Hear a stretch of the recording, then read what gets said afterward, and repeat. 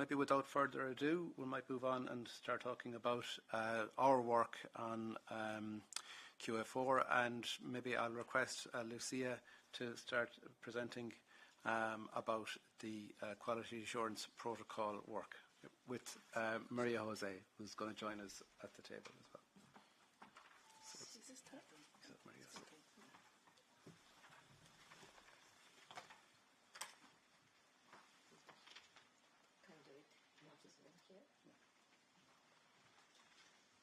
Well,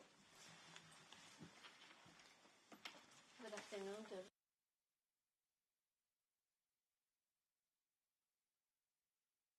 integrated child and family care in Europe and the current situation in 19 countries.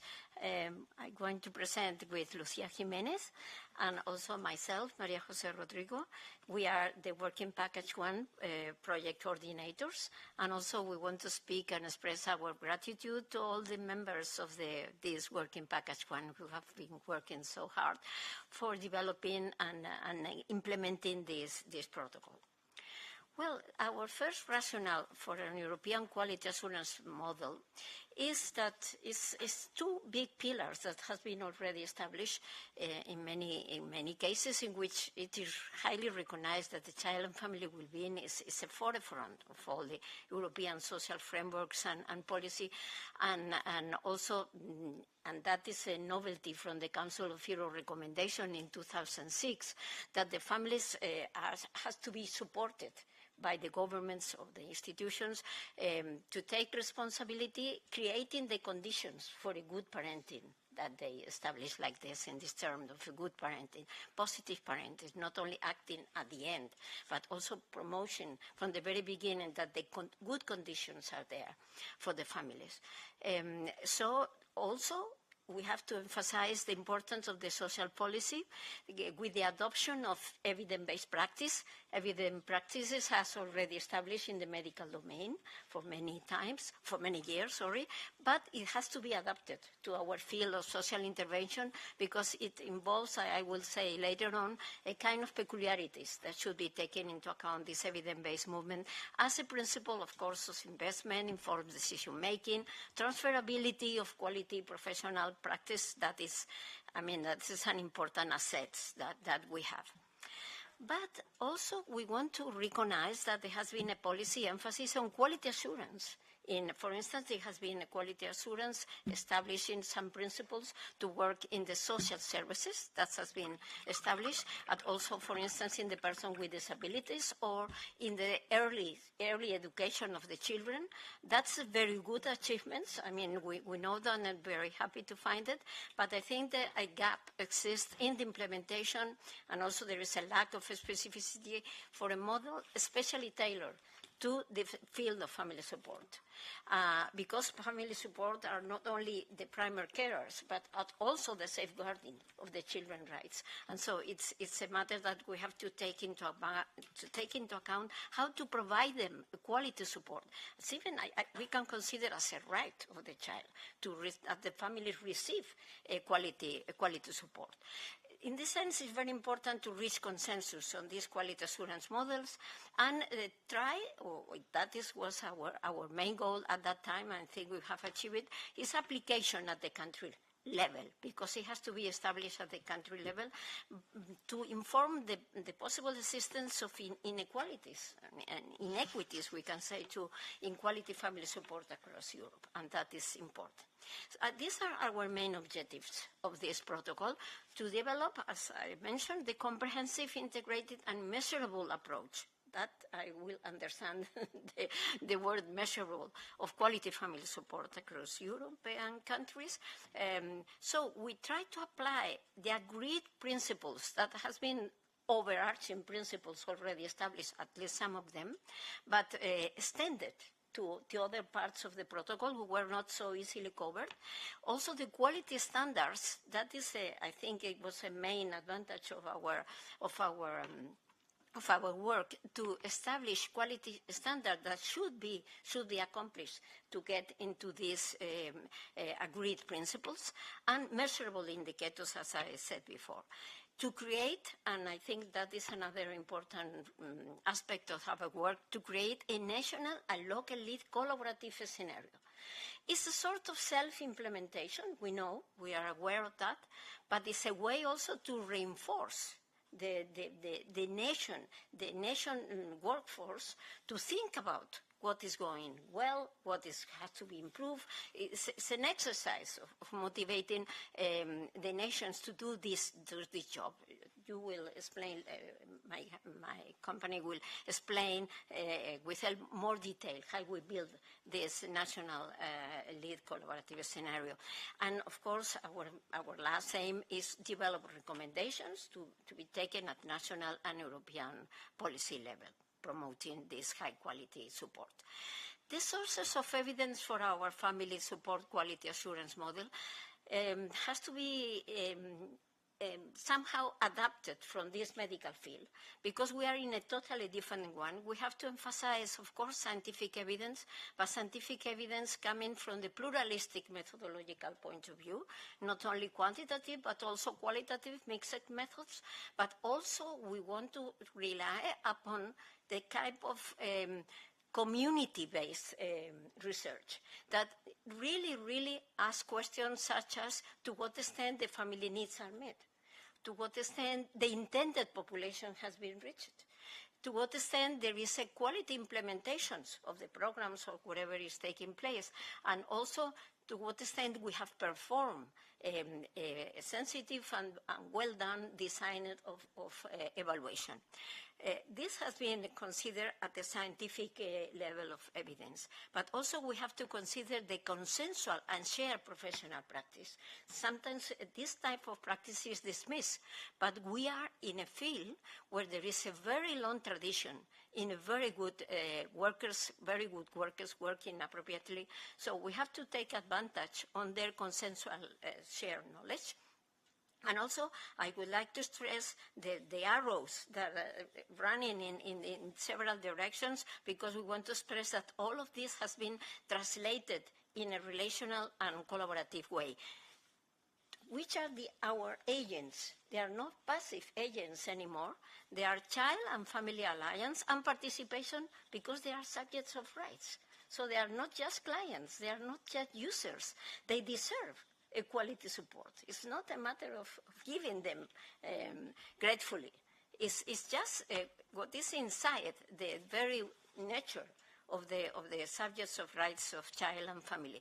And it's important the quality of the alliance that is produced with them, instead of following a directional, prescriptional way of treating the families. So all these triangles should be worked out in all these directions. And the pathway we have followed is just summarized here. We select our application field, family support. We select also the objectives I have already mentioned. The principles I also mentioned, most of them are already mentioned because they are overarching principles, but we get into more detail on that, and especially quality standards, measurable indicators, and the results we obtained. Well, here is another important aspect of our work, because our core content of the protocol is a system of embedded system. That's a complicated matter, because it's not just going at the level of the practice system. Practice system is the front line of the professionals, meeting a family that asks for some type of support and providing the support, etc., etc. This happens at the organizational local level most of the times, but that is not enough, because this system is constrained by the other system. The support provision system is constrained and bounded by them, because in this family support system there are recommendations, policy recommendations, there are laws, there are a lot of guidelines that establish which kind of provision is taking place and how to develop and to move into the family issues. And finally, and I also have to emphasize that the third circle is really a novelty in our field, in social intervention field, which is how to create an evidence system, a system that produce, translate, and adopt and adapt the evidence and into the practical field as a model of professional practice. This is really a bonus that we have to also to ask for it, because it is not the case that the provision system and the practice system will take into account all these innovations and evidence-based. It should be somehow sent from this family support evidence system and created a translational efforts I mentioned before. Let's go into a little bit details inside of each of these practice systems to give you idea of the kind of indicators we are tackling. For instance, regarding the family-professional relationships, which is a critical point, we take into account in our indicators to what extent the interactions is right-based, is needs-based, and has a strengthening orientation, not just a deficitary view or a risk point of view, but a strengthening and resilience point of view.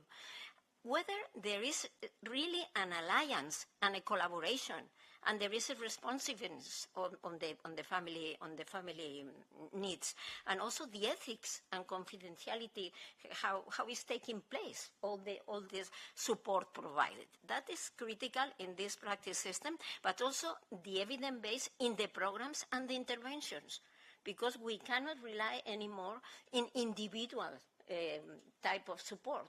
Of course, it could be great, but they do not receive the label of evidence-based programs because they are not transferable.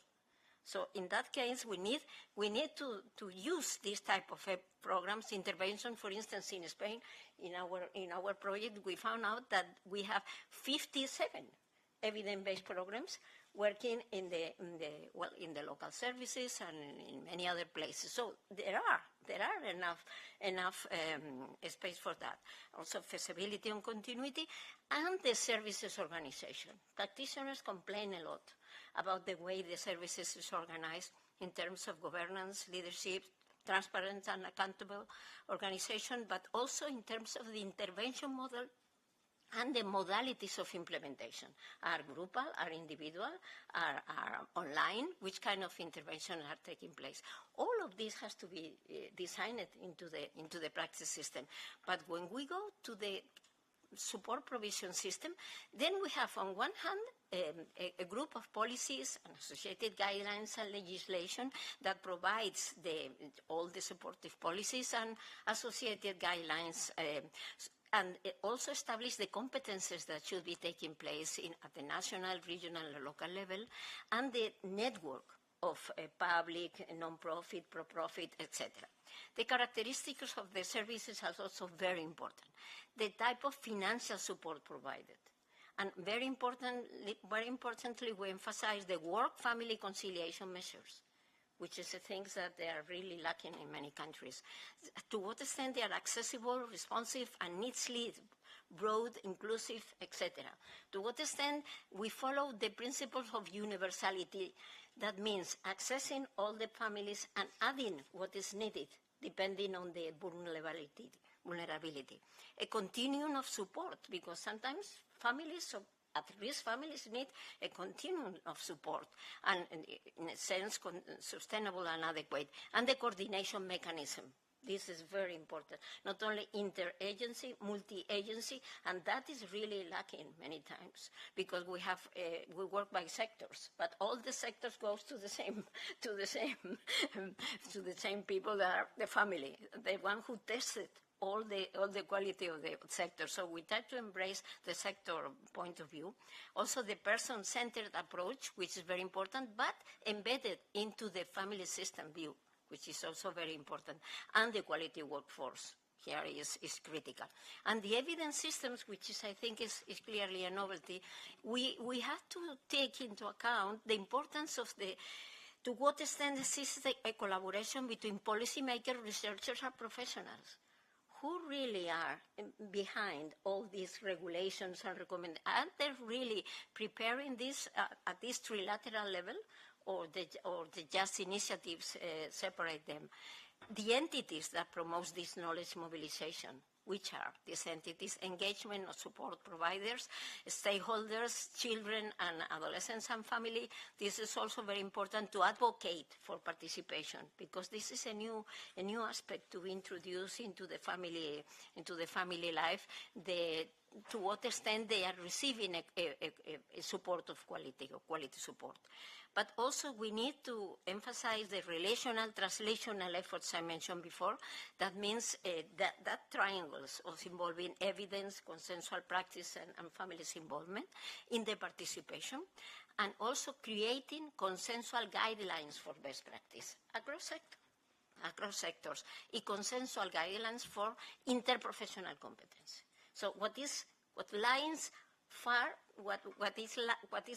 not at the discipline level, but at the interdisciplinary level, or even transdisciplinary level, and the implementation, the quality of the implementation of these programs, of these evidence-based programs.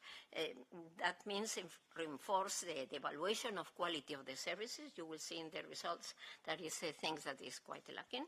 A recognition of those professionals, those services that are really endorsing these guidelines of best practices, the training of professionals in the guidelines, but directly into the guidelines, and the dissemination among professionals, families, and society at large. I think that involves the content of our protocol, and now I give the floor to Lucia Jimenez. So once we have introduced the conceptualization of this quality assurance model, we would like to dedicate at least 1 minute to explain what was the process for develop, because it's a rigorous process that starts from a documentary analysis of what are the European regulations and frameworks in family support, also what are the specific quality frameworks that have been developed at that level, that we found some progress in the social services area and disabilities and so on, and also what had been the empirical efforts to build a quality assurance model that came mostly from the area of health, but not that progress in terms of measurable indicators. And from there, what we did is, from an expert panel of colleges from the Eurofamnet, taking the previous experience we had in the last years, we tried to integrate those lessons in order to develop a set of principles, a set of quality standards, and measurable indicators that were organized in those 3 embedded systems that Professor Rodrigo has introduced. We had a large number of indicators, and for feasibility and also for affordability purposes, what we did is follow a rigorous process through a Delphi study. We followed 2 rounds with another 31 experts that came from the broader network, including not only researchers, but also policy and practice stakeholders, to assess those indicators in terms of coherence, clarity, relevance, and so on. And besides, we got really good results.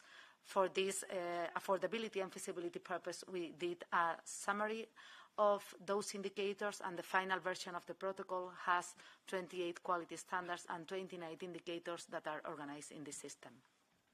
So once this protocol was developed, we implemented in 19 countries.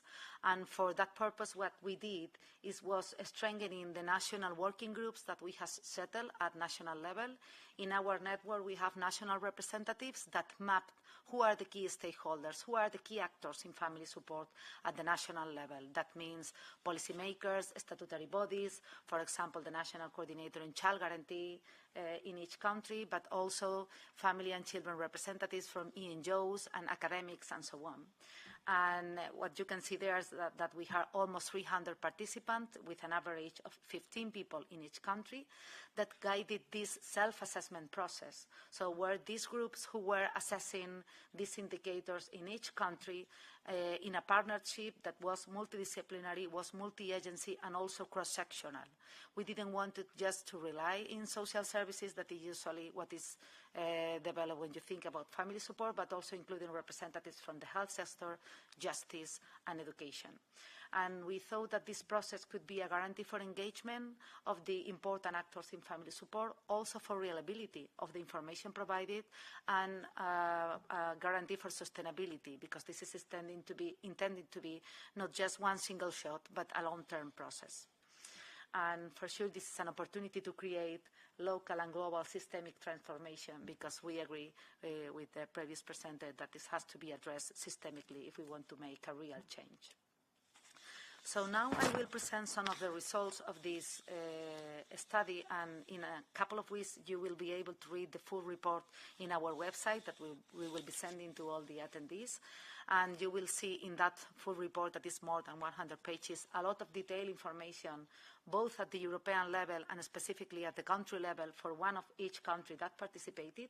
But we just want to now to share some general information that can give you a clue about what we were progressing on that regard. So here you have, for example, the summarized labels for the quality standards that has to do with the practice system. So you have there, for example, best interest, and that's refer to an indicator that the long-term say the services take into account the best interests of the child and respects the rights and developmental needs of children and youth when taking action. So then you have the label best interest. And you have 4 numbers there, 1, 2, 3, 4, and that refer to the level of achievement. What we did was operationalize for each indicator what means to have 1. That means not the indicator is not present in the services. What means 2?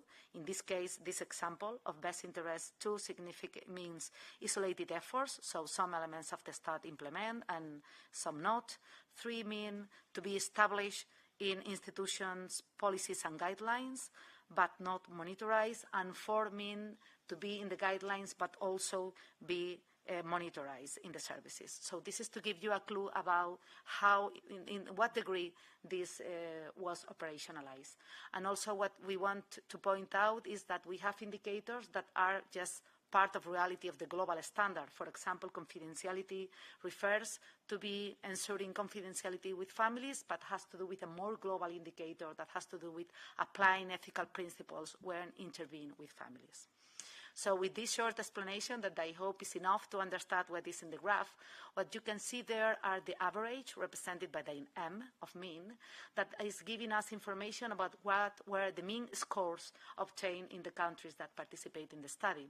And what you can see is that there was some level of progress because the average scores were between 2 and 3 points, but also some degree of variability, we can say moderate variability, that is summarized or is presented considering standard deviation, that is the SD nodes. You can see higher scores on what has to do with following best interest in the child when taking action, or confidentiality in ethical treatment with families, and also in reporting, the regular reporting to other governments, other institutions, and as said, you can see some degree of variability. If we go to the provision system, we have the same. You can read there what are the summarized labels for each one of the indicators that were taken into account into the provision system. And if we go to see the averages, what you can see is there is larger variability. So it seems that there is more variability in the between countries, and also you can see that the highest variability had to do with adequate funding, professional training, family-friendly work conditions, and those were and coordination. And also the average, the scores that score highest has to do with broad accessible support, coordination, not only between services, but also at territorial level and interagency, and professional training. And we had at the end what is in the evidence system, and you can see here what are the indicators for that one. And this system got the lowest score. You can see as average that they are scored that are closer to 2, and quality assessment in services is the indicator that got the lowest score, but also with some variability, as you can read from the standard deviation. Participatory advocacy in the opposite got the highest score, but also with some degree of variability. So as saying, this is just a brief summary, but give some clues about general numbers. We want also to show you some information differentiated by sector. In some cases, we were searching these indicators separately or differentiatedly by sector. Mainly, this had to do with the practice system. And what you can see there in that picture is that there are some similarities, for example, in the implementation of the evidence-based approach, but there are large variability, for example, in what has to do with applying a strength-based approach in intervention or providing responsive and timely timely intervention. So that is giving us clues about how to proceed in different sectors when providing family support.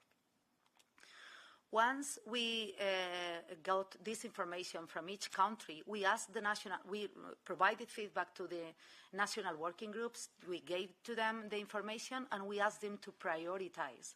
So if you have to choose what are the strengths in the practice system in your country, and from there we can learn good practices. If you have to prioritize what are the areas for improvement, and from there we can settle recommendations, what would you decide? And you can see this is the strengths that were more commonly recognized by countries. You have there that most of countries saying it can be considered a strength to be aware of the best interest of the child, to keep confidentiality with families, and in a third of the countries, regular reporting to other institutions. And when we go to the areas for improvement, you can see that more than half of the countries say that proper evaluation of families' needs, implementation of evidence-based approaches, alliance with families, and implementing a strength-based approach were areas for improvements.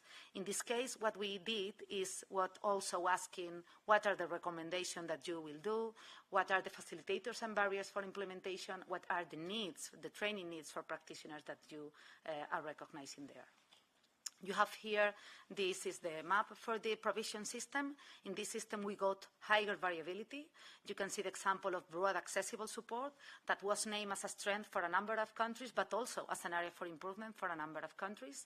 And then you can see in the percentage that is quite lower in terms of strength that has to do with inclusiveness and professional training. And in regard of areas for improvement, you can see what has to do with economic funding, adequate funding and economic support, and also their subjective rights of family-friendly working conditions. The final system that was prioritized was the evidence system, and what you can see there is that we had more lacks in terms of strengths, only best practices dissemination and professional training in evidence-based practices was considered a strength for a third of the countries, and most of the indicators was chosen as area for improvement. This means there is a larger gap here in the system to cover, but at the same time the countries were realizing that this is an important matter that requires attention. So just to finish, we have some final remarks, and as was established by Professor Rodrigo, we can consider this as a first attempt to develop a quality assurance model in family support at the European level. We didn't have an experience before. We try to be consensual and comprehensive. For sure, there is room for improvement, and we try to do this cross-sectoral, so including all the sectors that are relevant in family support, and measurable, so to do this really specific. And we followed a rigorous self-assessment process through this national-led collaborative scenario that has helped us to identify strengths, experience of success, needs for improvement and recommendation, and as I said, much more that we didn't have time to present today.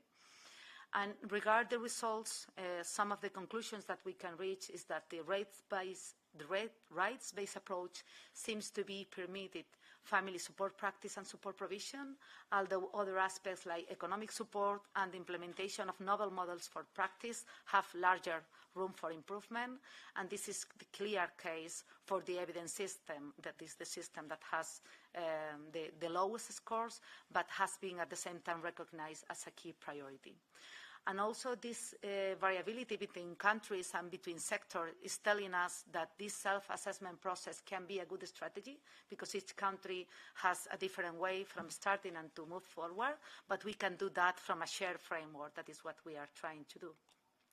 So just to finish, we hope that this process is strengthening these ecosystems at the national level through these national working groups, and we hope that this ground the proposal of national European guidelines that have the potential impact to influence policy recommendations for quality family support, and that is the topic of our next presenters that will be introducing policy guidelines at European level. So thank you very much for your attention.